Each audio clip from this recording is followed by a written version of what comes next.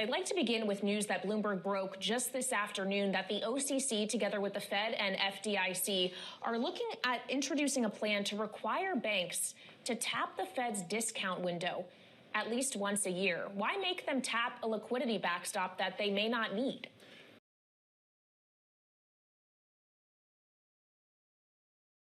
It's a great question, and I think it helps to back up a little bit and say, why are we doing this?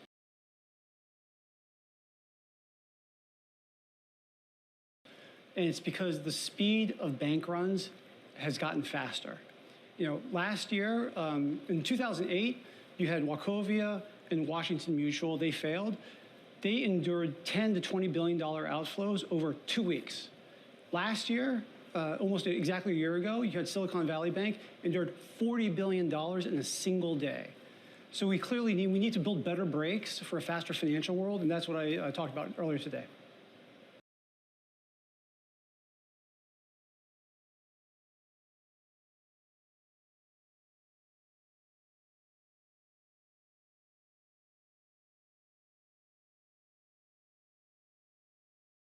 We also understand regulators would have to craft plans to borrow in a pinch, if you will. Isn't that the idea here? Why force someone to the discount window when there might be something more readily available in the case of an emergency? So I want to be very clear. We're not forcing anyone to do anything at this stage, right? So this proposal that I previewed earlier today was to say, merely having liquid assets does not guarantee that those assets can be turned into cash as needed when there's a run. And the best place to get that cash in a pinch is the Federal Reserve at the discount window. And if banks want to be able to convert their assets into cash, if there's a really quick run like what we saw last year, they need to be ready at the discount window. So part of today's preview was to talk about that.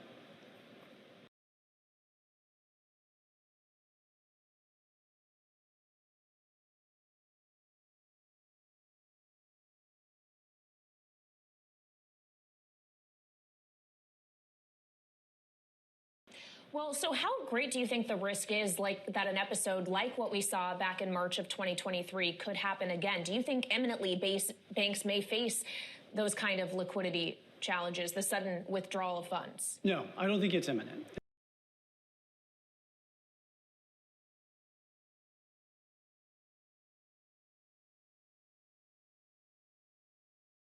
And that's why we're taking our time to get this right.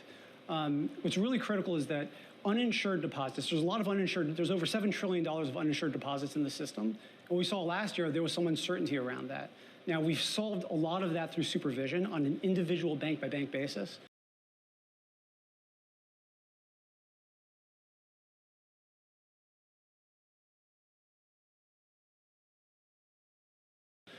What I previewed today was to say, can we basically address this now through regulation in an efficient, targeted manner so it's consistent and can provide a lot of confidence to everybody?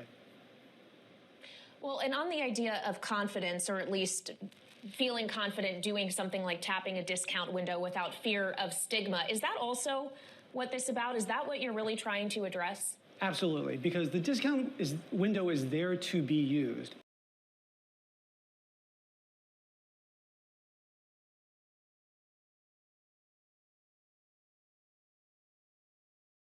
There has been stigma with it, however, and part of what led to the issues last year was that stigma was part of the problem.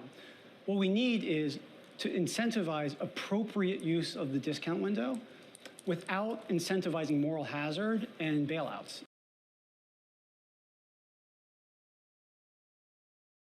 And then what I talked about earlier today was trying to craft a requirement, really focus on short-term outflows, 5 days, that would really address that particular issue. I'm just curious about this idea of reducing stigma. I mean, this is like human nature that we're talking about. Is your hope that incentives will not be required once this becomes second nature? So the issue with stigma is that borrowing from the discount window was seen or is seen as a sign of weakness and can accelerate the run.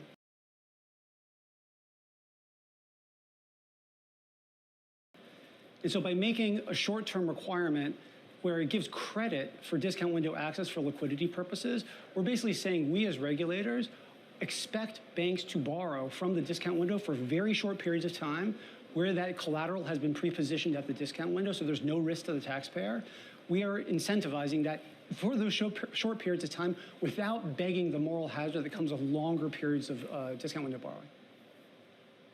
What about those borrowing costs, though? Is there any consideration of potentially lowering discount window rates? So that's going to be a decision for the Fed.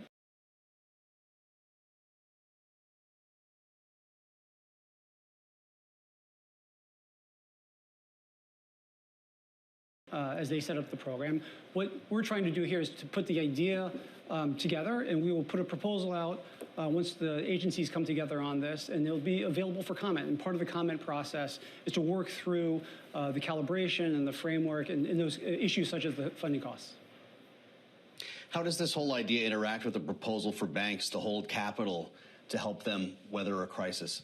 So we obviously want to think about everything holistically, but capital is different than liquidity. And with liquidity, the real focus is, can banks meet those outflows as outflows occur on a day-by-day basis, hour by hour? Do they have the cash to meet that, to continue operations? There is going to be an interactive effect with capital. We're going to look at that really closely. But for this focus, it's really, can banks survive? And we saw that they're going to need the capacity. Sometimes they have the assets, but they can't turn it into cash fast enough. And this would help with that.